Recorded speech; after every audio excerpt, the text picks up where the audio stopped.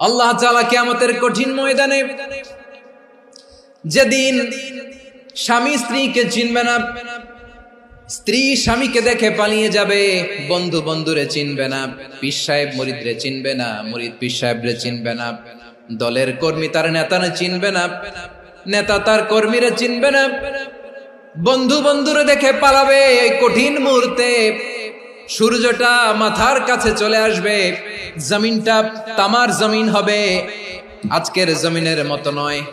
মানুষ ঘর্মাক্ত, ক্লান্ত, শ্রান্ত মাথার মগজগুলো কানের ছিদ্র আর নাকের ছিদ্র দিয়ে বেয়ে বেয়ে পড়বে। বিশ্বনবী ফরমান, কিয়ামতের ওই কঠিন ময়দানে 7 শ্রেণীর ব্যক্তিকে রব্বুল আলামিন তার আরশের নিচে ছায়া দিবেন। তার মধ্যে প্রথম শ্রেণীর ব্যক্তি হলো ইমামুন আদিল, যে ইনসাফের সাথে বিচার করে, যে জাস্টিস সমাজে সার্ভ করে, যে সুশাসন নিশ্চিত করে, ওই ইমামুন আদিল। আদিল শব্দটা বুঝছেন না? ইন্নাল্লাহা ইয়া'মুরু বিল আদল, পাইছেন? আদিল।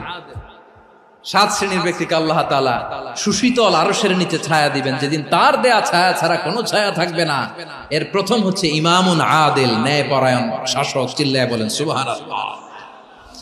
আবার বিশ্বনবী বললেন, ইন্নাল মুকসিতিনা ইনদাল্লাহি আলা মানাবিরা মিন নূর আন ইয়ামিনির রহমান। কিয়ামতের দিন যারা ন্যায় পরায়ণ হিসেবে আল্লাহর সামনে দাঁড়াবে, কিয়ামতের দিন রব্বুল আলামিন তার আরশের ডান দিকে ওই ন্যায় পরায়ণ লোকদের জন্য আরশের ডান দিকে একটা নূরের মিম্বারে তাদেরকে বসার সুযোগ করে দিবে।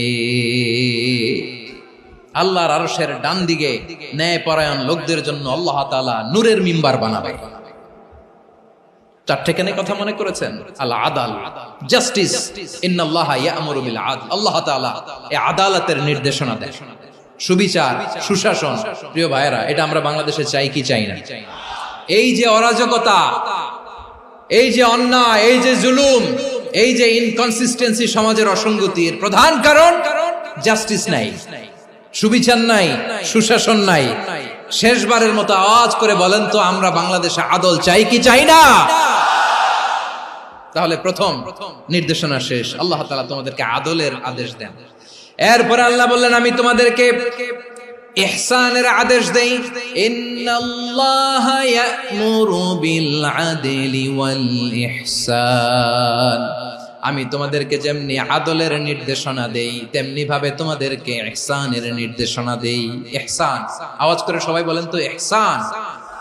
ইহসান মানে কারো প্রতি সফট হার্টেড হওয়া, মহানুভব হওয়া, অনুগ্রহ পরায়ণ হওয়া, অনুগ্রহশীল